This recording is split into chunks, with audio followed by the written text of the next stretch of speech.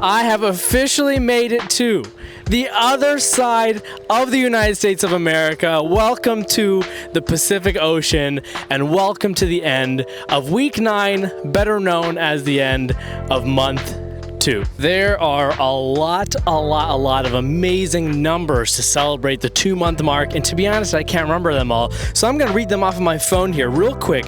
I've been on the road for 61 days. I've driven 10,163 miles in my Toyota Camry. I have walked 465,000 steps, better recognized as 210 miles of walking about.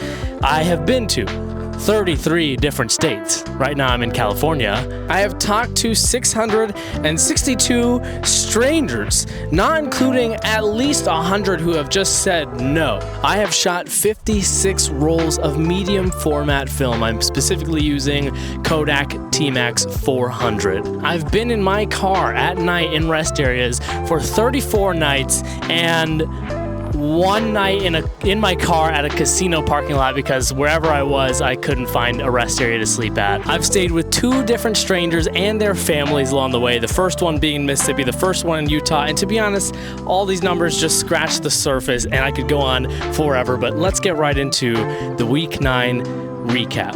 This week, I have just been to 2 states, that's Nevada and California, and it's kind of nuts because along the west coast of the US, there are only 3 states, whereas when I was on the east coast at the beginning of my trip, there were 14 total states from north to south along the east coast of the US, so I spent basically this whole week in California, whereas if I'd covered the mileage south to north that I did north to south on the east coast, if that makes sense, I probably would have covered, 5 or 6 states. And if you remember, here's a little screenshot from one of those first videos where when I'm listing the states that I've been to, there's like 8 different states on there, whereas right now it's just 2, Nevada and California. This week, I have talked to 39 people between Nevada and California, and that brings our grand total so far for this journey to 662 strangers who have given me life advice and who I photographed on my 50-year-old film camera. I haven't really touched on the whole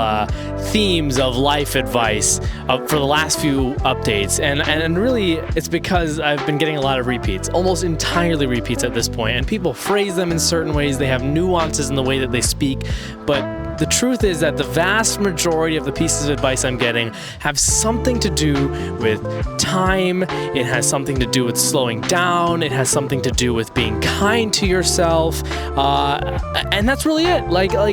It all comes down to that. And of course, at the end of this journey, once I have everyone's life advice transcribed and put into a nice big spreadsheet and categorized, we'll be able to know and create beautiful pie charts that say, here's how many people said something to do with slowing down. Here's how many people said something to do about trust. And here's how many people said, on and on and on. But the themes that stick out to me right now, again, time, slowing down, being kind to yourself. So let's start with the highlights. I started the week in Columbus, Ohio, actually. I flew back last week for my friend Nick and Elizabeth's wedding, amazing wedding. So Sunday I was still in Columbus, and I woke up very early Monday morning and flew back to my car in Las Vegas. It was a really weird feeling to get back to my car in Las Vegas from Columbus. I grew up in Columbus, and I've only been on the road in my car for the last 2 months, but what was interesting about it is that it felt more like coming home to get back to my car in Las Vegas than it felt like getting back to my childhood house in Columbus. And that kind of started to make me think about how much home becomes a feeling. Home is less of a place and so much more about the way people and places make you feel. And in this case, I feel right at home in the front seat of my Toyota Camry. One of the best parts about this week and the fact that I was in California is that so many of my friends live in California. I saw a ton of my friends this week. I saw my friend from OSU who I haven't seen in a few years named Peyton. I saw my friend from Future Founders named Dylan and his family. Then after that, I saw another friend from Future Founders named Drew and his friend Avery. After that, I saw another friend from Future Founders named Peter, and I got to meet his fiance Ashley as well as his team for his company. Their names are John and Jay. And I got to see, I saw my friend Anna from Ohio State and Buckeye-thon. And then I got to see my friend Sophia, who I've known literally since I was 10. I haven't had this many friends in 1 week on this journey ever. It's usually just been like one friend is randomly in a place that I'm gonna be in, and I just happen to be there. And in this case, I spent the whole week with people who I love and people who love me. And that was a really nice feeling. If you're any of the friends I saw this week, thank you so much for, not only just being a part of this journey, but being a part of my life. I appreciate you all more than I even know how to express. And it was great to see you. So I totally should be giving a shout out to all 3 of my Future Founders friends. By the way, Future Founders was an entrepreneurship program I was a part of in the past year. But I'm gonna give an extra special shout out to Peter's company, Koba, because he makes caffeinated chocolate, right? They turned coffee and turned it into chocolate, and it's amazing. And he sent me back with a lot of these. Like, I have basically a trunk full of caffeinated chocolate to keep me going for the rest of my trip. I will put the other 2 companies for Drew and Dylan in the description of this video. You should definitely check them out. They are all 3 just unbelievable, incredible young entrepreneurs. Now, obviously, one of the highlights of California is just that it is gorgeous. Like, I don't know how to describe it except that California's beauty is basically like New Mexico, Colorado, Wyoming, and Utah, all within the one same state, which again makes sense because it's just all the way up there. So that's been awesome to witness at every corner and turn and hill and all of that. Just beautiful. I mean, look at this. Here, I'm gonna try to get out of this shot. Just look at this. Wow. Okay, for this shot, I'm just gonna talk and let you look at the beauty of this area. Because the beauty and the various scenery that I got to see this week happened in Long Beach, it happened in Venice Beach Skate Park, it happened in Oakland and San Francisco and Sacramento, and right now I'm in a place called, I think, Mendocino, I actually don't know how to pronounce it, but I mean, come on, look at this. I'm literally at the edge of the ocean. This is nuts. So this time I'm actually going to be in the shot and hold on and hope that I don't get pulled away if the water comes up this way. But I got to drive up the PCH, which is Highway 1, also just, I think PCH stands for Pacific Coastal Highway, which literally goes along the ocean here in California. And oh my God, I mean, you're just like, I'm like 100 or 200 feet above the ocean at any given point and driving right along, those cliffs and looking at the beauty. I literally look out to my left and boom, it's just ocean. It is gorgeous. I mean, highly, highly recommend doing the south to north PCH drive at some point in your lifetime. Totally worth it. Plenty of places to stop and enjoy the view and picnic or whatever it might be. But that was a total highlight. And right here, right now, I mean, this is a place that's along the PCH, and look at this beauty. It's unreal. And another highlight, of course, is that it has officially been 2 months since I started this journey. I left my childhood house in Columbus, Ohio in my Toyota Camry, packed up and ready to go on May 10th. So this is a huge moment. I mean, I budgeted 100 days for this journey. I've been on the road for 61 days. So, I mean, we are far beyond the halfway point. And still, there's about a month left of driving and talking to strangers until I have wrapped up my 1,000 and a little bit of a buffer. And that's when I can start to develop the film and digitize it and then turn it into a book. That's right, I'm going to be turning this into a book. Now, this was already true before I started the journey. That's one of the perks that my highest level of giving Patreon supporters are going to get. A 1 of 25 super amazing special edition book. And what I'm realizing now, and as I've thought about what this book is going to look like over the last few weeks, I know that I'm going to be putting my heart and soul into this book to make it amazing. It's not just going to be the photos of strangers and their life advice. It's also going to be what I observed along the way. It's also going to be what I think about what's everything that's going on in America right now. I want to really, really, really put the time and energy into this book to make it amazing. Now, my Patreon supporters who have chosen to give it that level, knowing that one of the perks is going to be a 1 of 25 book, will still get that 1 of 25 book. It just means that 1 of 25 book is going to be extra incredible, way beyond even what I thought it was going to be 2 months ago. So if you're one of those people who has given $50 a month for what will end up being a total of 6 months, please know that you are going to get something truly incredible, truly extraordinary and something that's truly unique. So even if the content inside the book is the same as what's going to be a more mass-published book, the presentation and the quality is going to be just no cost cut, no extravagance spared. So stay tuned for what will be a full documentation in book form of this journey for anyone to enjoy. So let's talk about challenges for this week. The first challenge is just that this week felt very long, and I don't know exactly why. I think it's just because I drove so much. I don't know the exact mileage, but I will put it up on the screen.